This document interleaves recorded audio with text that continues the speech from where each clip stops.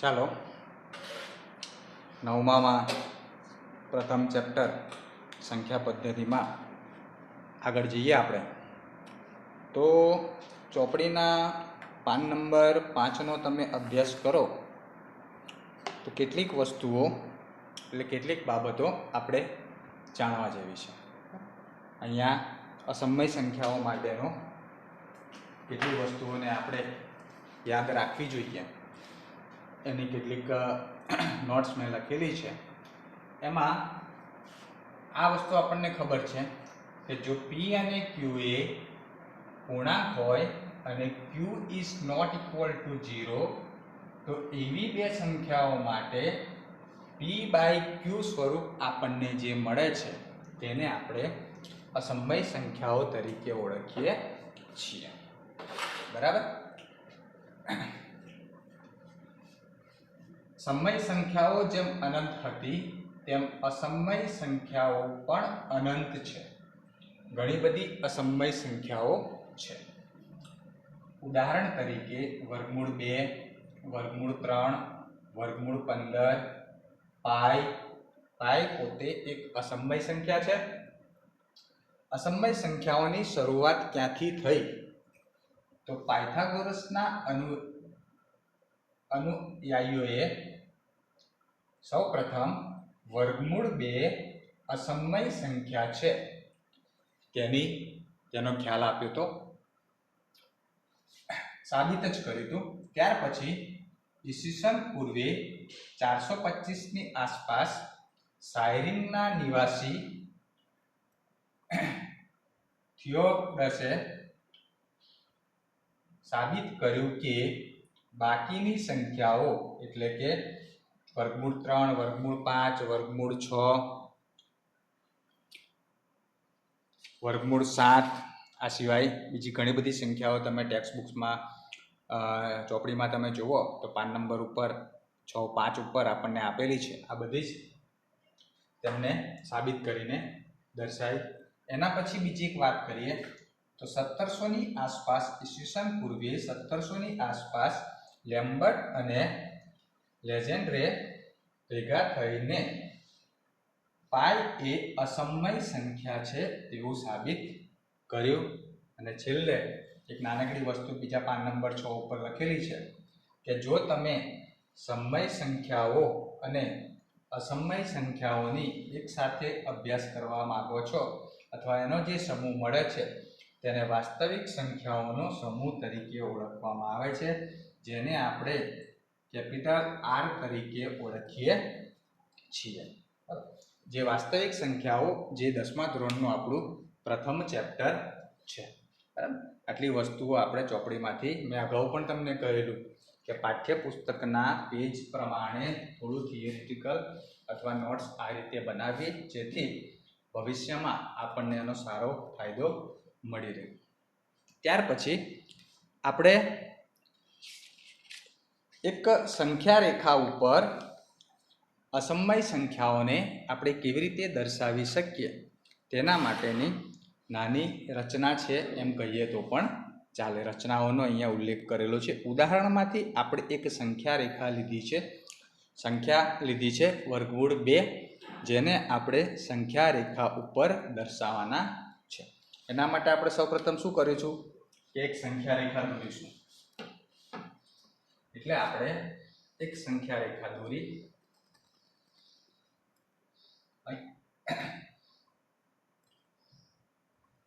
બરાબર. સંખ્યા રેખા ઉપર આપણને ખ્યાલ છે કે વચ્ચે 0, આ બાજુ ઋણ સંખ્યાઓ, આ બાજુ ધન સંખ્યાઓ. બરાબર. 1 સેન્ટીમીટર અથવા નિયત માપના અંતરે લેવાની હોય છે. પણ અહીંયા જો થોડું પ્રેક્ટિકલી અને થિયરિટિકલ તમારે થોડું જ્ઞાન તમને હોવું જોઈએ. આપણે વર્ગમૂળ 2 સાબિત કરવાની છે એટલે આપણે અત્યારે ઋણ સંખ્યાઓની આ બાજુની વાત નથી કરતા, આપણે માત્ર ધન સંખ્યાઓની વાત કરીએ. તો આપણે 0 લઈ લીધા છે. 0 પછી આપણે સંખ્યા રેખા ઉપર સરખા અંતરે એટલે કે એક સરખું અંતર લઈ લો. માની લો કે મારી આ ફૂટપટ્ટી છે એ ફૂટપટ્ટી પ્રમાણે હું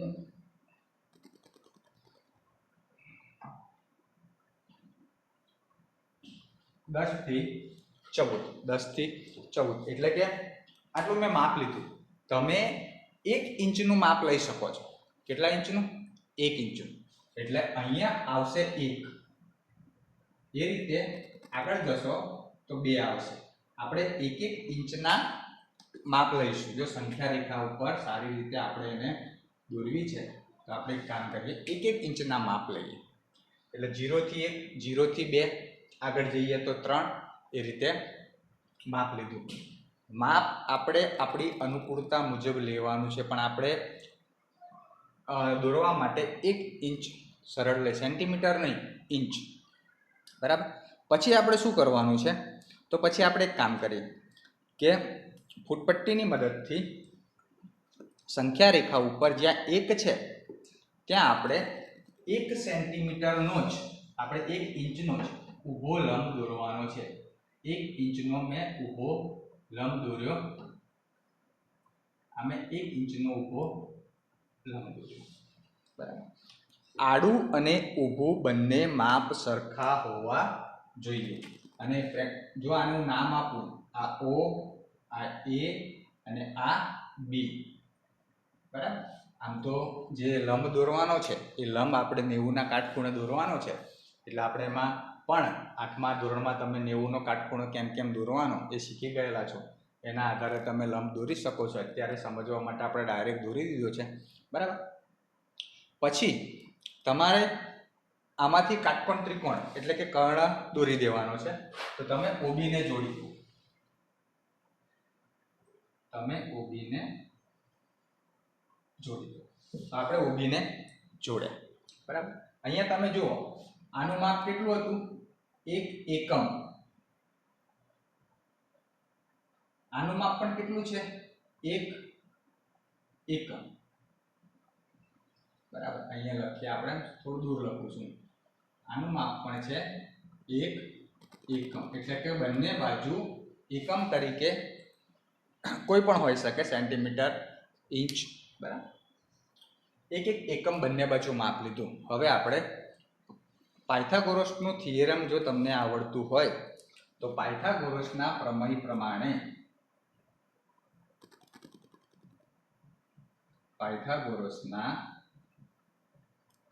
પ્રમાણે આપણે કર્ણ શોધીએ, OB², તો શું મળશે?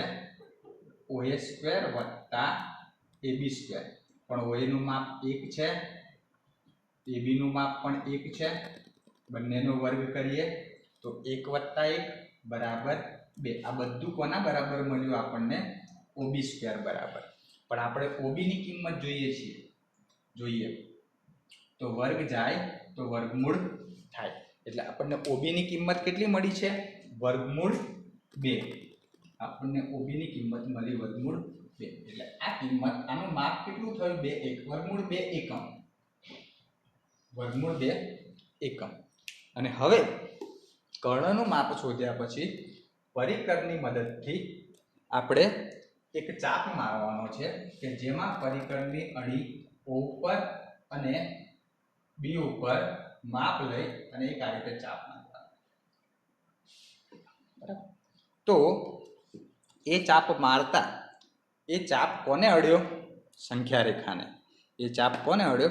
સંખ્યા રેખાને. એટલે અહીંયા જે મળશે એ શું મળશે? વર્ગમૂળ 2. એટલે 2 નો વર્ગમૂળ 2 નું જે કિંમત નીકળશે, વર્ગમૂળ 2 કાઢતા, કારણ કે તો અસમય સંખ્યા છે એટલે એનું વર્ગમૂળ તો એક સીધી સંખ્યા અનંત અનાવૃત આવવાનું છે. પણ એની અહીંયા મળે છે આપણને સંખ્યા રેખા ઉપર વર્ગમૂળ 2. બરાબર. આ જ રીતે આપણે વર્ગમૂળ 3, વર્ગમૂળ 4, વર્ગમૂળ 5, વર્ગમૂળ 6, 7, વર્ગમૂળ 4 તો અહીંયા 2 ઉપર આવી જશે. હવે ધીમે ધીમે આગળ જશે. જો વર્ગમૂળ 2 પછી ફરીથી અહીંયા ઊભો લંબ દોરીશું અને ફરીથી કર્ણ દોરીશું. ફરીથી પાયથાગોરસનો પ્રમેય વાપરીશું તો વર્ગમૂળ 3 મળશે. વર્ગમૂળ 3 પછી વર્ગમૂળ 4 મળશે. એટલે વર્ગમૂળ 4 નું વર્ગમૂળ કેટલું થાય? 2. એટલે એક્ઝેક્ટલી 2 અહીંયા મળી જશે આપણને. એટલે એ જે ચાપ છે એ 2 ઉપર આવશે વર્ગમૂળ 4 માટે. બરાબર.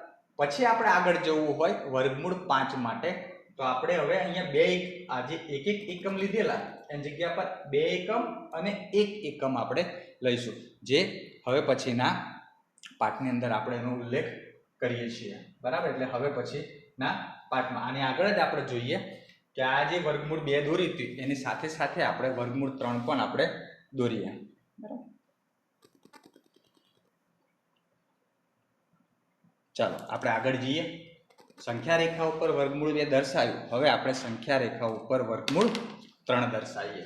તો ફરીથી જો હું એક સંખ્યા રેખા દોરું છું, બરાબર. આ સંખ્યા રેખા અહીંયા હું 0 લઈ લઉં છું, એટલે કે પ્રથમ બિંદુ આપણું 0. ફરીથી હું 0 થી 1 એટલે કે બંને બાજુ એક એક એકમ સરખા લઉં છું. જુઓ, ધ્યાન રાખજો. એટલે આ 14 થી 10 મેં લીધેલું એમ એક એકમ, એટલે અહીંયા 1 આયા, બરાબર. અને અહીંયા આવશે ઊભો લંબ દોરું તો એ આવશે, એ પણ હું 1 એકમ લઉં છું, એટલે મેં 1 એકમ લીધું. આપણે અહીંયા 1 એકમ તરીકે એનો ઉલ્લેખ કરેલો છે, 1 એકમ એનું માપ છે, બરાબર. એનું માપ છે. આ વસ્તુ જે વર્ગમૂળ 2 કરી છે એ વર્ગમૂળ 3 માટે આપણે ફરીથી કરવાનું જ છે. એટલે આપણે ફરીથી શું કરીશું કે ફરીથી નામ આપી દઈશું. આ O, આ A અને આ B.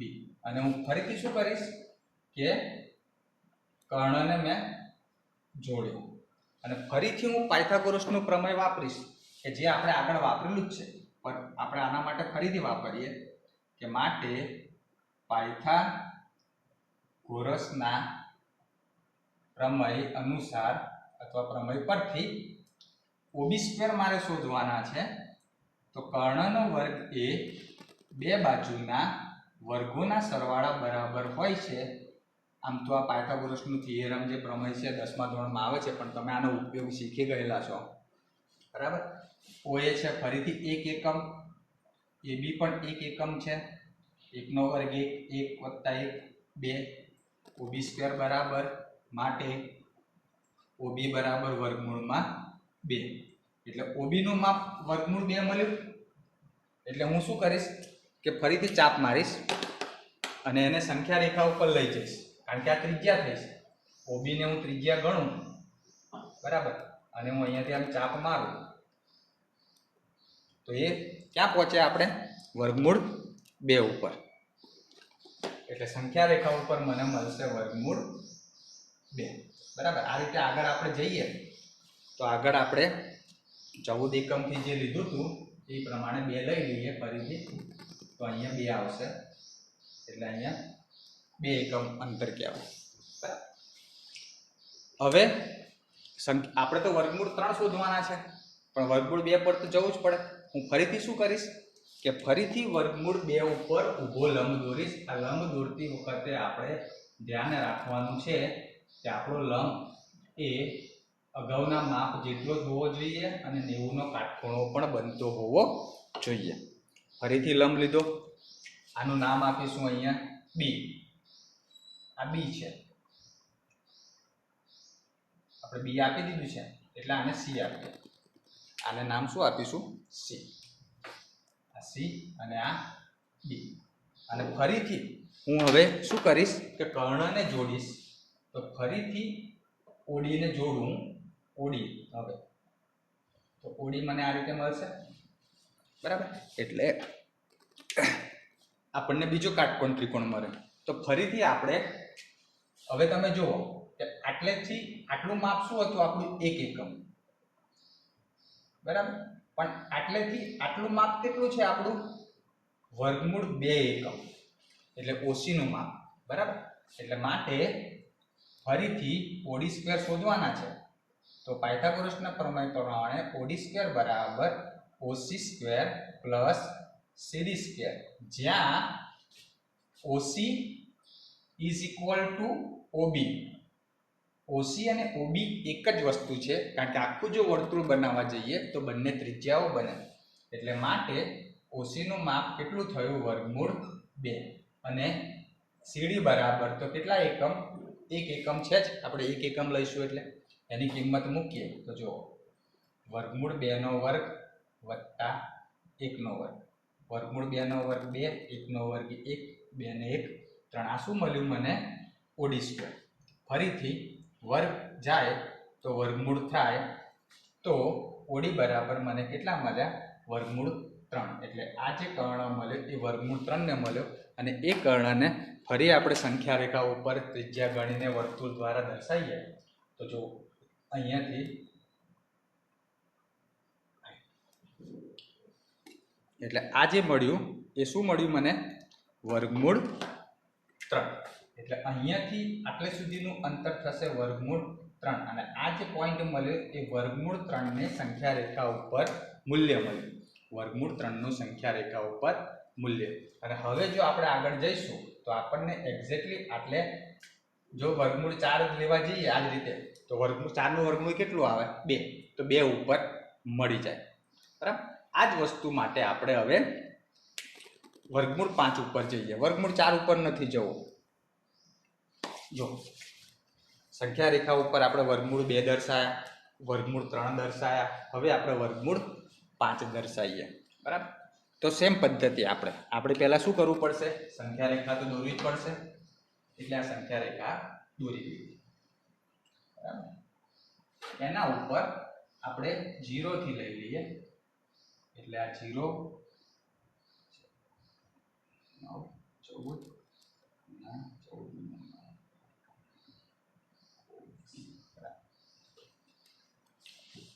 વર્ગમૂળ 4 વચ્ચેથી જતા રહ્યા, સીધા 3 ઉપરથી વર્ગમૂળ 5 પર આવી ગયા. હવે જુઓ આ 0 આપણે આને માપ ગણીએ તો આ 0 આટલેથી આ 1 એકમ, આટલેથી આ 2 એકમ. બરાબર. હવે આપણે જો વર્ગમૂળ 2 અને 3 દર્શાવવા માટે સંખ્યા રેખા ઉપર બંને બાજુ 1 એકમ માપ લીધું હતું, પણ વર્ગમૂળ 5 દર્શાવવા માટે આપણે આ બાજુ 2 એકમ લઈશું. બરાબર. 1 એકમ નહીં ચાલે, આ ડિફરન્સ શીખી લેજો. અને આ બાજુ આપણે 2 એકમે લંબ દોરીશું સીધો જ, એટલે 2 એકમે આપણે આ 1 ઇંચના માપમાં આટલું જ માપ અહીંયા, આટલું અહીંયા અને આટલું જ અહીંયા, આ બધા માપ એક સરખા હોવા જોઈએ. એટલે વર્ગમૂળ 5 દર્શાવવા માટે શું કરીશું? અહીંયા આપણે કેટલા એકમ લીધા? આટલેથી આટલે સુધી 2 એકમ, અને આ ટુકડો તો કેટલા એકમનો હતો? 1 એકમનો તો છે જ, 1 એકમ. આ જ પદ્ધતિ પ્રમાણે આપણે ફરી આગળ જઈએ તો આપણે કર્ણને જોડી દઈએ. તો આપણે કર્ણને જોડી દીધો. નામ આપવાના રહી ગયા છે, આપણે નામ આપી દઈએ. આ O, આ A અને આ B. આગળ જઈએ તો ત્રીજું એક માપ લઈએ તો અહીંયા 3 આવશે. 1 એકમ. આ પહેલો ગાળો, આ બીજો ગાળો, આ ત્રીજો ગાળો, આટલેથી 1 એકમ કહેવાય, આટલેથી 2 એકમ કહેવાય, આટલેથી 3 એકમ કહેવાય. બરાબર. અને ફરીથી પાયથાગોરસ પ્રમાણે આપણે જઈએ તો જુઓ પાયથાગોરસના પ્રમેય અનુસાર આ વખતે મારે શું શોધવાનું છે? OB સ્ક્વેર બરાબર OA સ્ક્વેર વત્તા AB સ્ક્વેર. પણ OA સ્ક્વેર કેટલા છે? 2 એકમ, અને AB 1 નો વર્ગ, 2 નો વર્ગ 4, 1 નો વર્ગ 1, 4 ને 1 5. આ કોના બરાબર મળ્યું? OB સ્ક્વેર બરાબર વર્ગ જાય તો વર્ગમૂળ થાય. એનો મતલબ કે મારા કર્ણનું માપ કેટલું છે? વર્ગમૂળમાં 5. મારા કર્ણનું માપ કેટલું છે? વર્ગમૂળમાં 5. બરાબર. અને એને હું ત્રિજ્યા ગણી અને સંખ્યા રેખા ઉપર લઈ જાઉં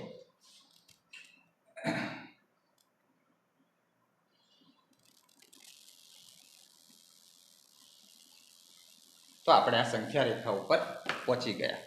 એટલે સંખ્યા રેખા ઉપર મને શું મળ્યું? વર્ગમૂળ 5 નું મૂલ્ય. એટલે અહીંયા મળશે વર્ગમૂળ 5 નું મૂલ્ય. એટલે આટલેથી આટલે સુધીનું અંતર કેટલું થયું? જે વર્ગમૂળ 5 નું મૂલ્ય હશે તે અસમય સંખ્યા છે એટલે અનંત અનાવૃત હશે ને. બરાબર. આ રીતે જેમ જો વર્ગમૂળ 3 ઉપર જવા માટે 2 ઉપરથી હું 3 ઉપર ગયો, એમ વર્ગમૂળ 6 દર્શાવવા માટે 5 બી દર્શાવવા પડે. એટલે આપણે છેલ્લે એક તારણ કાઢીએ કે વર્ગમૂળ 2 અને વર્ગમૂળ 3 દર્શાવવા માટે એક એક એકમ બંને બાજુ લેવા, બરાબર. પછી વર્ગમૂળ 5, વર્ગમૂળ 6, વર્ગમૂળ 7, વર્ગમૂળ 8, બરાબર. પછી વર્ગમૂળ 9 આવશે તો એ તો 3 ઉપર આવી જશે.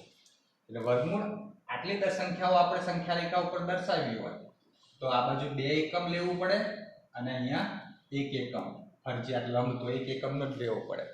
જો આગળ વિચારીએ, બરાબર, વર્ગમૂળ 10 થી વર્ગમૂળ 15 તો આ બાજુ 3 એકમ લેવું પડે અને આ બાજુ 1 એકમ લેવું પડે.